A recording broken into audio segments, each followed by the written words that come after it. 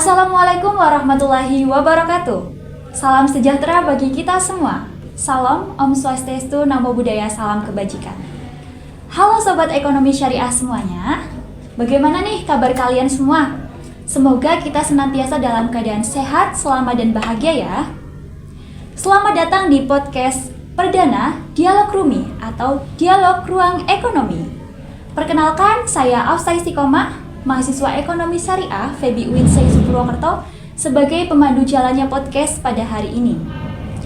Sobat Ekonomi Syariah, berbicara tentang ekonomi tentunya itu luas sekali kan? Apalagi menarik dan seru. Tentunya di sini aku bakal ditemani sama dua teman aku yang kece badai ya, akan menemani ataupun meramaikan podcast pada kali ini. Kepada Mas Fauzan dan Mas Egi dipersilakan.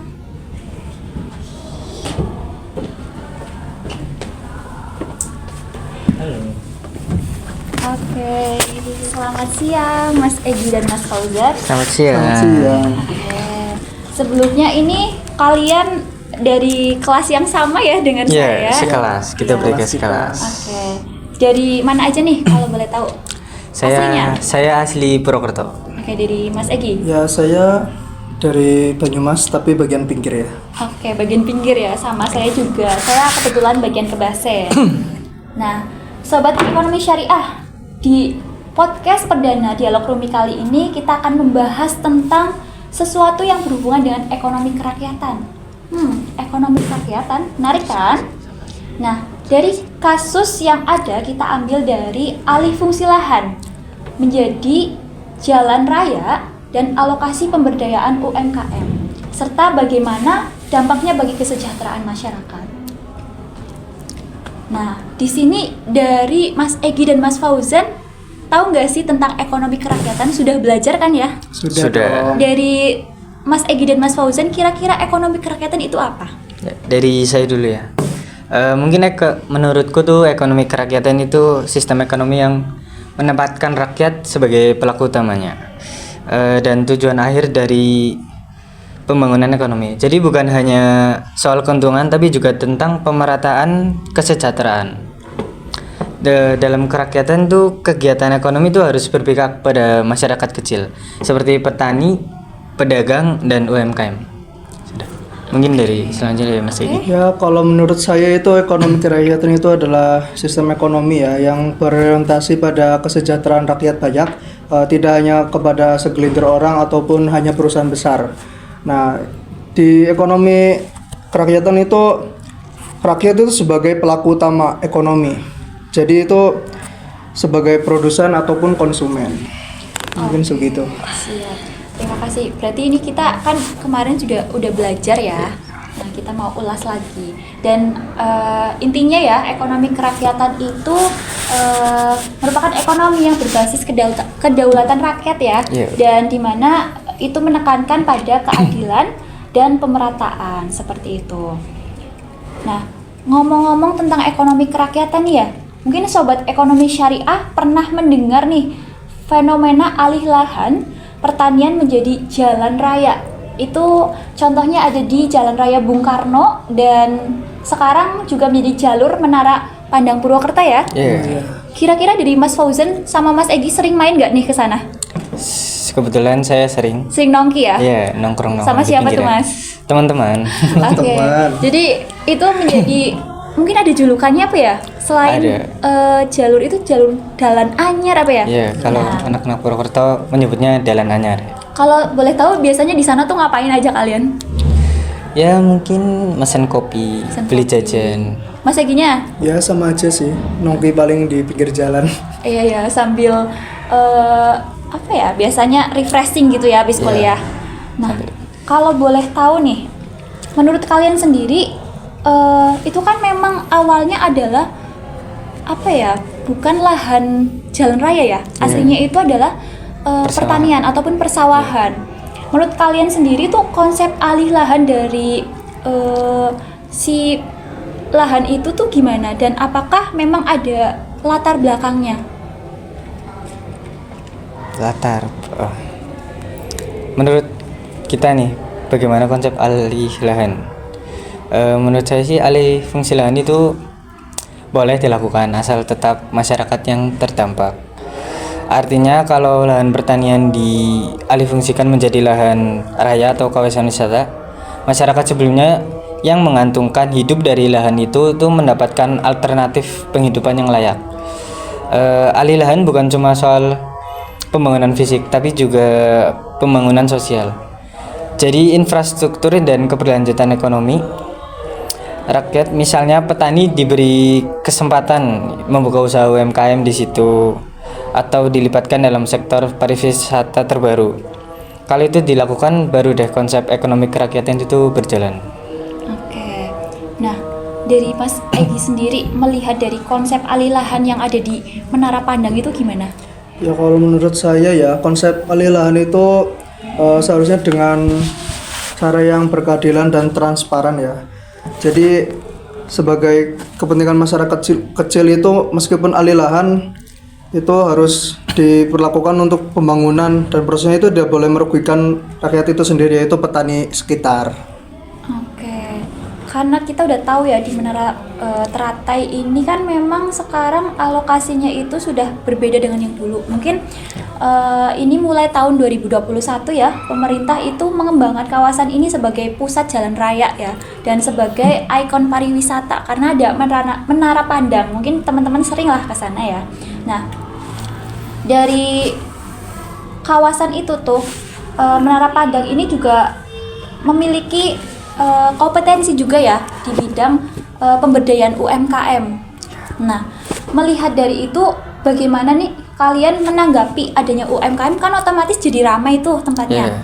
Nah, bagaimana kalian menanggapi pengalihan lahan tersebut yang menjadi pusat keramaian sekarang dibanding ya jadinya sekelas dengan alun-alun lah ya. Oh iya, benar. Ya itu. Menurut kalian itu bagaimana? Kalau menurut saya sih ada dari dua sisi. Yang pertama itu sisi positif. Positifnya itu pengalihan lahan ini tuh bikin kawasan Jalan Bung Karno jadi hidup banget. Sekarang banyak orang nongkrong, wisata kuliner dan UMKM bermunculan di sekitar situ. Ini menunjukkan adanya pergerakan ekonomi baru. Tapi di sisi lain kita nggak bisa tutup mata kalau sebagian masyarakat kehilangan lahan garapannya. Jadi menurutku langkah pemerintah udah bagus sih dengan membuat kawasan wisata baru, tapi harus dibarengi dengan kebijakan sosial ekonomi yang berpihak pada petani yang terdampak. Misalnya pelatihan keterampilan baru atau bantuan modal untuk petani-petani yang terdampak di situ untuk bisa ikut membangun UMKM di situ. Oke, jadi memang dari adanya alih fungsi lahan ini memang memiliki dampak positif dan negatifnya ya. Nah, kalau dari Mas Egi sendiri melihat keadaan sekarang nih dari konsep ekonominya di sana juga. Ya tadi dengan pendapat Mas Fauzan ya, Iya, saya betul. setuju itu. Pemerintah itu harusnya itu dengan kondisi yang sekarang itu harus menata pedagang yang juga ikut jualan di situ. Nah dengan cara itu mungkin dengan tata ruang yang lebih tertib, dengan begitu kawasan baru ini bisa tumbuh tanpa meninggalkan semangat ekonomi kerakyatan itu sendiri. Oke, cakep. Nah, berarti kan memang di Jalan Bung Karno ini juga apa ya? Selain menjadi konsep ya menghindari kemacetan juga ya. Iya. Kemarin kayaknya waktu belum ada jalan itu juga masih sering macet dan akhirnya dialihfungsikan ya. Ya walaupun memang di situ apa ya? Jadi yang terkena dampak itu adalah pertaniannya ya. Iya benar. Di situ mungkin ada beberapa dari sudut petani yang memang mereka terpaksa, mungkin juga ada yang mengatakan ya, Radar Banyumas ataupun beberapa berita ataupun artikel juga ada yang mengatakan bahwa memang diadakannya alih fungsi lahan itu membuat keterpaksaan nih bagi para petani. Nah, dari sudut pandang teman-teman nih, kan melihat dari adanya dampak positif tersebut, itu kan kita melihat dari pemberdayaan UMKM-nya di sana.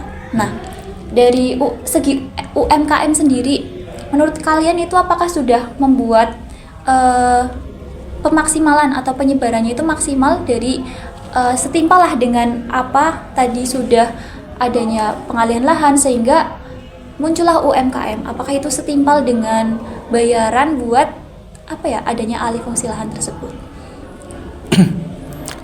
Kalau dibilang maksimal sih mungkin belum sepenuhnya ya. Masih ada ketimbangan antara pelaku usaha dan dengan yang usaha yang udah mapan. Beberapa pelaku UMKM di sekitar Jalan Bung Karno itu sudah difasilitasi tempat untuk berjualan tersebut. Betul. Nah, tapi masih banyak yang belum dapat tempat yang kurang strategis ya. Jadi ya perlu diperkuat lah, ada ya dalam aspek pemerataan dan pelatihan manajemennya. Terus udah. Oke. Dan selanjutnya dari Mas Egi nih, aku pengen tanya ke Mas Egi ya, terkait dengan pemberdayaan UMKM di sana ya. Mungkin Mas Egi beberapa kali melihat nggak sih dari kualitas UMKM yang di sana itu seperti apa? Ya, kalau dari kualitas itu sebenarnya bagus ya. Tempat kan juga udah disediain tuh, Iya, jadi kelihatan rapi, nggak yang berantakan. Juga itu jadi nilai plus lah buat tempat di situ buat nongkrong juga jadi bagus. Nggak ini. Oke, intinya ada apa ya? Memang dilihat itu belum semuanya maksimal ya. Ya, Iya. cuman ya udah itu berproses sih. Oke, kalian rada gak enjoy ya? Kalian tadi udah say hi belum sih sama Dialog Rumi? Aduh, belum. Belum ya, coba say hi dulu biar agak enjoy Gimana? gitu. Say hi aja. Halo semuanya. Halo semuanya. Tadi belum say hi guys. Oke. Nah, lanjut ya. Iya. Ya, Oke. lanjut. Nah, kondisi petani kawasan tersebut juga apa ya? Mungkin paling terkena dampak ya. Petani kan memang mereka mengolah lahan basah. Ya, lahan basah. Tapi di situ diubah ataupun apa ya? Cara main ekonominya dirubah menjadi potensi UMKM ya. Nah, dari hal tersebut kan otomatis mata pencaharian dari petani kan hilang ya. Namun munculnya UMKM. Nah, apakah itu menjadi kompensasi yang bisa dikatakan apa ya, berkelanjutan ataupun nanti ada hal-hal yang memang bisa diprediksi kurang baik terkait dengan pengalihan tersebut? Pendapat dari kalian aja deh. Menurut aku sih belum berkelanjutan karena perubahan mata pencaharian itu nggak bisa langsung terjadi. Petani yang kehilangan lahan butuh waktu untuk beradaptasi dari hal baru. Jadi pemberdayaan harus disertai dengan pendampingan yang berkelanjutan, bukan hanya mengganti sawah dengan lapak jualan. Tapi kalau hanya diberikan tempat usaha tanpa modal terus keterampilan yang ada, mereka tetap akan kesulitan. Jadi kompensasi yang cukup itu bukan cuma materi tapi juga kesempatan untuk berkembang dan berdaya secara ekonomi. Di situ baru terasa keadilan dalam ekonomi kerakyatan. Oke. Kalau dari Mas Egi sendiri melihat hilangnya mata pencaharian, kira-kira kalau Mas Egi jadi petani gimana ini? Aduh, kalau saya sebenarnya ada seneng ada sedihnya juga ya. Iya. Dari senengnya mungkin karena ada kompensasi. Betul. Cuman ya sedihnya itu kan mungkin keterampilan saya ya, karena dialih fungsikan ya, ibarat keterampilan saya jadi tidak di situ lagi. Cuman ya kalau pemerintah itu mengadakan apa sih itu namanya yang pembimbingan kepada petani untuk supaya bisa beralih profesi, itu bagus sih sebenarnya buat jangka panjang. Tapi kalau misal dilihat-lihat nih ya Mas, kan di sana tuh masih ada beberapa sawah ya mungkin ya. Iya, masih. Dan sekarang juga lagi dibangun lagi kayak taman-taman gitu ya. Iya, taman. Yang kayak di Korea, mungkin teman-teman udah pernah lihat nih. Oh iya. Pernah ini nggak? Udah datang ke itunya belum? Kalau sekarang belum. Belum. Ya. Jadi tuh ada kayak tempat yang itu loh, kayak danau-danau gitu. Oh, yang danau. Iya itu. Iya. Mungkin masih belum ini ya, belum koneknya terkait Kalau saya dengan. belum itu. Soalnya aku juga paling lihat di TikTok dan sebagainya. Nah di situ kan memang di sebelah, kalau nggak salah kalau dilihat ya, itu masih ada beberapa sawah ya. Mungkin menurut kalian nih, nggak deh, apa ya, kayak bakalan nanti dikeruk lagi nggak tuh sawahnya? Ya, kemungkinan? ya tergantung pemerintah. Iya, tergantung pemerintah. Proyeknya tuh mau diapain lagi? Oke. Itu kalau proyeknya dibesarin ya pasti berdampak ya, bisa meluas atau ikut ambil lahan yang sebelahnya. Cuman ya kalau enggak ya nggak apa-apa sih. Oke, mengacu dari kompensasi ya. Kira-kira nih masyarakat sudah sejahtera belum ya? Kalau misal dilihat mungkin kan Mas Egi juga, Mas Egi atau Mas Fauzan ya yang Iya. masih dekat ya Iya. dengan lokasi tersebut. Ada nggak sih warga yang memang merasa sangat dirugikan dan memang nggak terima sampai sekarang? Dari sisi petani atau UMK? Petaninya dulu. Petani. Mm-mm. Petani mungkin ada, karena mungkin dia dulunya kan kehidupannya itu sangat bergantung pada penghasilan petani. Jadi sekarang mungkin nggak ada apa ya? Nggak ada lahan buat Ya, digarap. jadi dari dianya mungkin nggak mau berjualan juga karena nggak ada skill, keterampilan yang ada. Jadi mungkin ya Jadi stuck ya? ya stuck. Usahanya stuck, padahal mungkin masih banyak bisa dari UMKM yang sudah berdiri, tapi kan memang ketika kita sudah ada di satu profesi ya yang memang Iya. udah dari awal, dan lahan itu sebenarnya aset bukan sih? Aset, iya, benar-benar aset, aset, betul. tapi harus dipaksa dikeruk dan dialihkan menjadi barang publik ya. Nah, itu menjadi salah satu mungkin hantaman sih bagi hati petani gitulah. Nah, selanjutnya berbicara tentang prinsip keadilan juga, kita lihatlah dari penataan lokasi UMKM-nya. Menurut kalian sih udah udah strategis atau memang masih abstrak sekali dan itu harus dibenarkan gitu?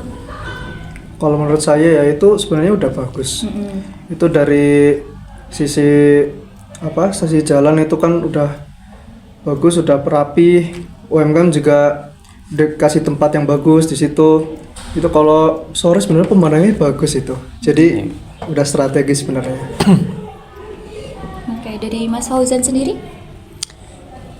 Mungkin ya kalau dibilang strategis ya ada yang dapat strategis, ada yang belum. Dan di situ juga lahan-lahannya tuh kalau yang saya tahu tuh berbeda-beda harganya. Iya tah. Kalau itu aku baru tahu. Itu aku baru tahu juga guys. Aku baru Ya, tahu kalau di situ lahannya tuh itu berbeda. ada pajaknya. Jadi memang mungkin jadi masuk ke, kan itu Iya. dikelola ya oleh Iya, dikelola. pemerintah dan akhirnya otomatis ada pajaknya ya. Ada. Berarti per tempatnya itu berbeda. Ya yang ini loh, yang di deretan UMKM yang bagus-bagus, yang buat makan makanan berat. Nah itu kan teduh ada terpal-terpalnya. Nah itu mungkin yang di situ yang paling strategis, Oke. paling nyaman. Oke. Mungkin di sini juga ada tempat yang memang itu Madang Maning Park. Oh iya, Ya, iya, itu kan itu. menjadi fasilitas yang paling besar. Itu bukan UMKM tapi namanya? Restoran ya? Iya, seperti restoran. Nah, itu kan menjadi salah satu tantangan bagi mereka juga nggak sih? Karena kan di luar otomatis harganya itu lebih minim ya. Iya. Nah, itu menurut kalian gimana? Terkait dengan adanya bukan fasilitas sih, kayak restoran di situ tapi ada UMKM di depan. Itu sebenarnya tergantung selera ya. Iya. Kalau orang yang ingin tempat yang nyaman bisa ambil restoran tuh. Maupun harganya mungkin lebih miring, lebih tinggi. Cuman kalau mau ambil santai, mau ambil harga yang ramah ya bisa di UMKM yang di pinggiran. Seperti itu. Intinya biar jadi banyak pilihan guys. Kalau kalian ke sana tuh nggak usah bingung mau di tempat yang memang restoran besar ataupun di UMKM-nya gitu. Jadi intinya prinsip pengalihan ini tuh memang sudah mulai menerapkan prinsip kerakyatan ya, di mana ada kesejahteraan di situ. Menurut kalian sendiri memang sudah atau belum terkait dengan prinsip pengalihan ini terkait dengan kesejahteraan antara yang UMKM di jalanan dan antara juga dengan bukan UMKM, restoran yang ada di tempat tersebut. Gimana ulang? Nge-lag guys. Jadi menurut Prinsip. kalian prinsipnya Prinsipnya itu loh mengarah kemana? iya, pengalihannya itu apakah sudah mencerminkan ekonomi kerakyatan yang memang berkeadilan gitu? Iya. Menurutku sih niatnya sih sudah mengarah ke ekonomi kerakyatan, karena tujuannya itu ingin membuka peluang ekonomi baru lewat UMKM tadi, restoran, terus yang lain-lain. Tapi dari sisi implementasinya masih perlu disempurnakan. Karena ekonomi kerakyatan itu bukan cuma soal membangun infrastruktur, tapi bagaimana hasil pembangunan itu bisa dinikmati semua lapisan masyarakat. Kalau petani, pedagang, dan masyarakat lokal semuanya dapat manfaat yang adil, barulah bisa dikatakan sebagai prinsip ekonomi kerakyatan itu. Oke, jadi intinya tuh adil dan rata gitu teman-teman. Dari Mas Eki sendiri gimana? Ya, pendapat saya sih sebenarnya sama ya. Terus sebagai apa ya? Jadi warga itu yang belum merasakan dampaknya itu secara langsung, berarti penerapannya mungkin belum benar-benar sesuai dengan prinsip ekonomi kerakyatan itu sendiri. Oke. Mungkin masih ada nih beberapa question. Kita bincang-bincang aja sih ya. Iya. Tapi di sini aku pengen tanya ke kalian. Kalian kan dan aku juga sih, tapi aku pengen tahu pendapat kalian sebagai generasi Z ya, Gen Z yang memang berkuliah di jurusan ekonomi. Ketika kalian dikasih kesempatan nih untuk bisa berkontribusi terkait dengan pemberdayaan UMKM di sana, apa sih inovasi yang mau kalian canangkan ataupun ya ingin diberdayakan lah di situ?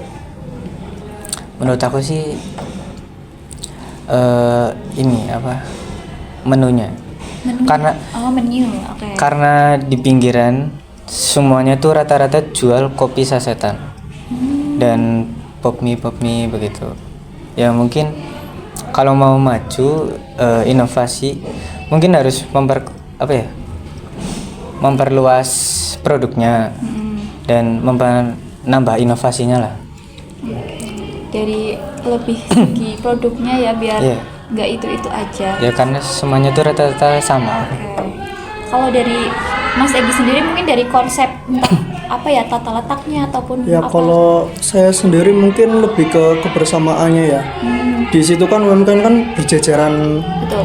Nah itu mungkin lebih ke kebersamaan, terus tempatnya juga tata letaknya itu mungkin lebih dibikin apa ya, lebih dibikin bagus ke belakang atau apa, juga ditambahin fasilitas yang lain. Mungkin seperti itu doang sih. Berarti kalau misal disimpulkan ya, di sini ekonomi kerakyatan dalam pengalihan lahan tersebut memang sudah mulai dirasakan. Cuma memang ya masih belum maksimal ya. Belum maksimal. Ya, karena memang di situ penyebarannya juga dari UMKM-nya masih belum strategis ya. Lokasinya masih ada yang Ada jaraknya yang jauh beberapa, banget ya. iya. Ya, gitu. Dan itu juga bagi aku sih mengganggu pejalan kaki. Iya ya. Iya. Oh ya, aku sempat dengar katanya tuh ada yang jualan di trotoar gitu ya. Nah, ya itu. Nah itu yang dipermasalahkan itu. Iya. Jadi memang ada efek positifnya, yaitu yang mereka punya kesempatan ya buat mencari ya pundi-pundi rupiah. Tapi sayangnya itu masyarakat di Purwakarta sendiri itu masih masih minim dalam kedisiplinan ya, terutama karena di jalan raya tapi mereka berjualannya sembarangan gitu ya. Benar. Oke. Mungkin ini last question. Apakah menurut kalian ketika nantinya nih ada pembangunan baru lagi itu bakalan menjadi hal yang positif di situ? Mungkin iya, juga mungkin tidak. Mungkin iya kalau itu bisa bermanfaat untuk halayak umum. Ya, betul. Ya, mungkin sudah. Cukup? Kalau dari aku sih melihat dari tren pembangunan di Purwokerto ini ya, yang terus berkembang. Kemudian ada beberapa lahan yang akan dialihkan lagi. Itu apa? Ada lagi? Baru tahu guys. Mungkin karena Purwokerto ini emang trennya tuh banyak yang kayak gitu. Iya, betul sekali. Tapi Oke, terus? tapi semoga tuh prosesnya tuh nanti lebih baik. Amin, doain ya guys. Ya karena yang kita lihat di depan seberang Menara Bandeng itu ada bangunan yang dulunya itu sempat dibangun tapi sekarang berhenti. Jadi buat pandangan tuh kurang lah. Itu bangunan yang apa? Masjid atau bukan? Ya mungkin yang mau dibangun masjid itu. Oke. Ya mungkin cukup ya bincang-bincang kita terkait dengan pengalihan lahan di Jalan Bung Karno ya. Dan terima kasih buat teman-teman aku yang sudah menemani dialog Rumi kali ini. Mungkin dari teman-teman ada closing statement nih, pesan-pesan terkait dengan ekonomi kerakyatan nih, yang biar ada pesan nih buat teman-teman ekonomi terutama. Dari aku dulu ya. Iya boleh. Dari pembahasan panjang ini kita bisa belajar bahwa pembangunan memang penting, tapi keadilan sosial jauh lebih penting. Alih fungsi lahan di Jalan Bung Karno tadi itu jadi bukti bahwa kemajuan bisa sejalan dengan pemberdayaan masyarakat asal dijalankan dengan bijak. Kita sebagai generasi muda punya peran besar untuk memastikan ekonomi itu tumbuh tanpa meninggalkan rakyat kecil. Karena ekonomi yang kuat adalah ekonomi yang menyejahterakan semua rakyat. Keren banget, ya ampun. Oke, dari Mas Egi nih mungkin ada closing statementnya. Ini udah bagus banget sih. Mungkin mau ditambah ya. Nah, ini udah bagus banget ya. Mungkin Iya. sekiranya ditambahin ya generasi yang selanjutnya itu harus lebih inovatif lah biar kehidupannya sejahtera. Iya, dari generasinya itu kita. Iya. Kita inilah. Kita semua ya guys, sobat ekonomi syariah. Nah, karena ini sudah cukup lama ya dialog Rumi menemani kalian semua. Dari aku sendiri sebagai moderator kali ini mengucapkan banyak-banyak terima kasih. Semoga informasi dan diskusi kami ya bisa bermanfaat dan bisa menjadi ilmu buat kita semua. Salam sehat semuanya. Dialog Rumi pamit undur diri. Dadah. Dadah.